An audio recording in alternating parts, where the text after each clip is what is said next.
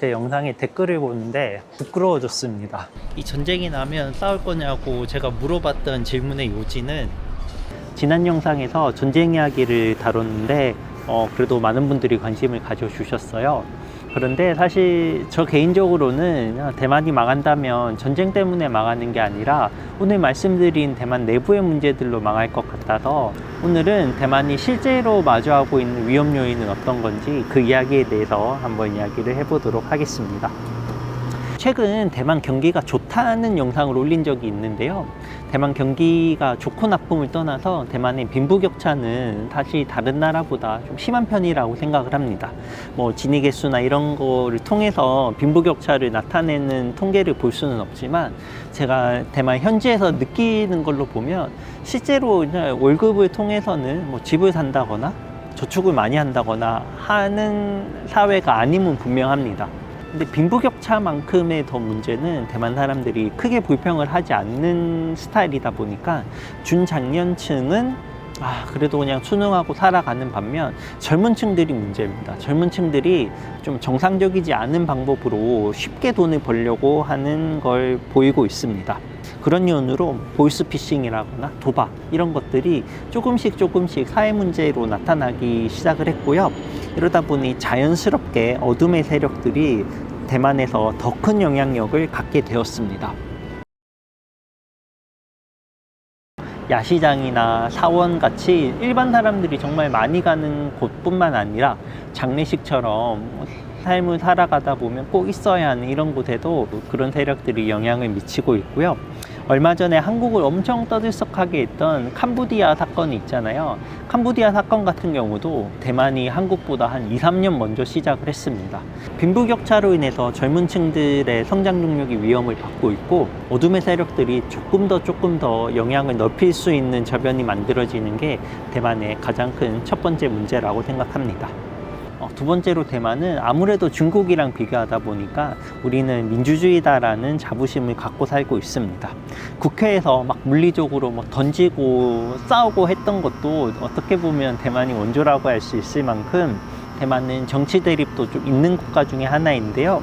한국은 이제 예전에는 이념 문제로 다퉜다지만 지금은 정치나 경제 문제로 많이 다투는 반면, 대만은 정말 실질적으로 실생활에 영향을 미칠 수 있는 중국과의 관계에 대한 정치 대립이 매우 심합니다. 물론 중국과 통일을 하자 이런 정당은 없지만, 중국과 가까이 지내자는 국민당, 배척하자는 이제 민진당 사이에서 갈등이 정말 심한데요. 이 두 정당을 서로 지지하는 사람들은 정말 말도 잘 섞지 못할 만큼, 심지어는 가족들끼리나 사람들 만나서 정치 얘기를 하는 게 금기시될 정도로 정치 대립이 제가 느끼기에는 한국보다 조금 더 심하다라고 생각합니다. 이 정치 대립은 자연스럽게 세대 갈등으로도 나타나는데요. 특히 60세 이상의 노년층에서 국민당을 지지하는 사람들이 많이 나오는데요.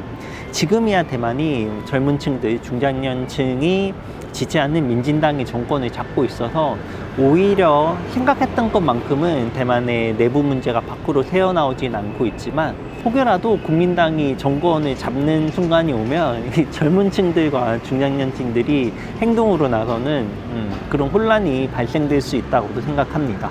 대만 사람들도 해외와 비교를 하기 시작했습니다. 아무래도 대만 돈 가치가 많이 오르면서 해외여행도 많이 가게 되고, 유학을 다녀왔던 사람들이 대만에 돌아오면서 이거 왜 이렇게 대만은 안 좋지? 이런 부분은 왜 이렇게 낙후되어 있지? 하는 그런 비교들을 하기 시작을 했습니다.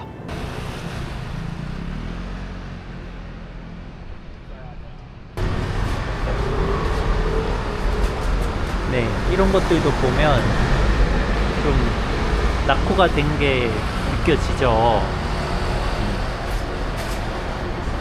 여기는 병원입니다. 병원. 네. 그래서 경기가 좋았던 시절에 지금 중장년층은 선택의 여지가 없어서 대만에 그대로 남아있지만, 조금 깨어있다, 조금 공부를 한다, 혹은 좀 집에 돈이 있어서 유학을 한다는 이런 젊은 층들은 대만에 남아있으려고 하지 않고 해외로 나가는 경우가 많습니다. 실제로 2024년도에 나온 민간 연구 자료를 보면 코로나 영향도 있고 중국과의 관계가 경색되고 중국의 경제가 안 좋아지면서 중국으로 갔던 사람들이 돌아오면서 전체적인 숫자는 적어 보이는데요. 2024년 민간 연구를 보면 대만에서 일본으로 취업을 간 숫자가 최근 10년간 8배 정도 증가했다고 합니다. 이럴 만큼 대만의 젊은 인구들이 기회가 된다면 대만에 남아있지 않고 해외로 나가려는 경향이 뚜렷하게 나타나고 있습니다. 대만이나 한국이나 뭔가 가진 게 없고 반도체를 위주로 하다 보니까 인재가 매우 중요한데 열심히 키워놓은 인재들이 사회에 대한 불만과 빈부격차 이런 것 때문에 해외로 나가는 경우가 많아지면 이거야말로 정말 대만 경제에 큰 영향을 미치는 게 아닐까라고 생각하고 있습니다. 이 외에도 출산율이 거의 한국과 비슷할 정도로 낮고 빈부격차가 심한 것도 문제이지만 이는 사실 다른 나라들도 모두 겪고 있는 문제라서 크게 언급하지는 않겠습니다.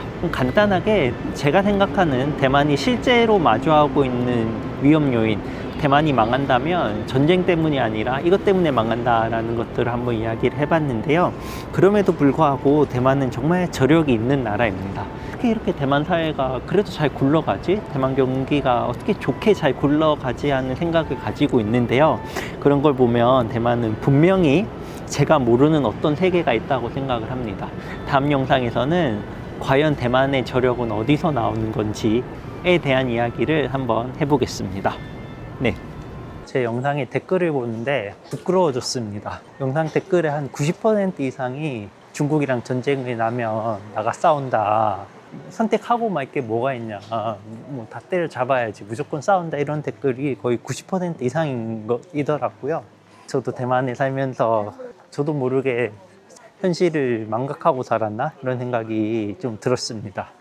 그런데 대만은 나라를 지키려는 생각이 있으면 국방비를 왜 그렇게 조금만 쓰냐라는 댓글도 있었는데요. 한국에서도 예전에 그런 경우가 있었던 걸로 기억을 해요. 국방비 늘리는 대신 복지에 더 써라 라고 했던 정치 대립이 있었던 걸로 기억을 하는데 대만도 마찬가지입니다.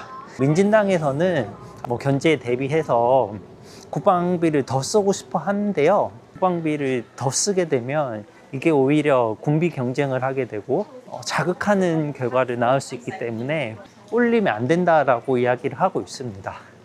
정부에서 늘리고 싶다고 해서 늘릴 수 있는 상황은 아님이 분명하고요. 어느 정도의 국방비를 투입해서 중국을 이길 수는 없다고 저는 생각을 하거든요. 조금 밑빠진 독에 물 붓기다. 투입 대비 결과가 나오지 않는 게 국방비이기 때문에 조금 현실적인 수준에서 최소한의 투자를 하는 것도 없지 않다라고 생각을 합니다. 우리 대만이 국방비 투자를 안 해도 미국이, 일본이, 한국이 주변 국가가 도와주겠지 하는 이런 생각 때문에 투자를 안 하는 게 아니라 올인을 해서 중국을 이겨야겠다라는 수준의 국방비를 투자하는 것은 현실적으로 좀 불가능한 그런 판단이라고 생각을 합니다. 이 전쟁이 나면 싸울 거냐고 제가 물어봤던 질문의 요지는 전쟁을 피할 수 있어도 싸우려고 할 거냐, 그리고 두 번째는 우리 한국이야 중국이랑 솔직히 붙으면 이길 수도 있겠죠. 근데 대만은 중국을 이길 가능성이 좀 없잖아요. 그런 상황에서 이길 수 없는 싸움을 하는 것이 맞냐라는 게 제 질문의 요지였습니다.